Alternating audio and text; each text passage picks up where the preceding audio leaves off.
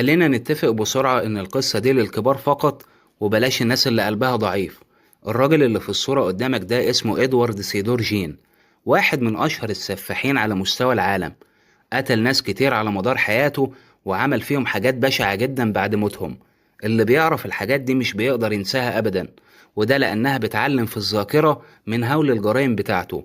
لقبوه بالغول في مدينة بلينفيلد، وصنع التذكارات والتحف من جلود وعظام البشر، وكان السبب في موت واحد من المحققين بالسكتة القلبية، وزين عمدان السرير بتاعه بجماجم الضحايا.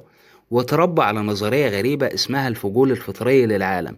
كان يروح المقابر الساعة 2 بالليل علشان يخرج الجثث من المدافن وياخدها معاه البيت.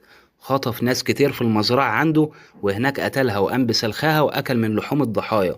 واشتهر كمان باسم جزار أمريكا.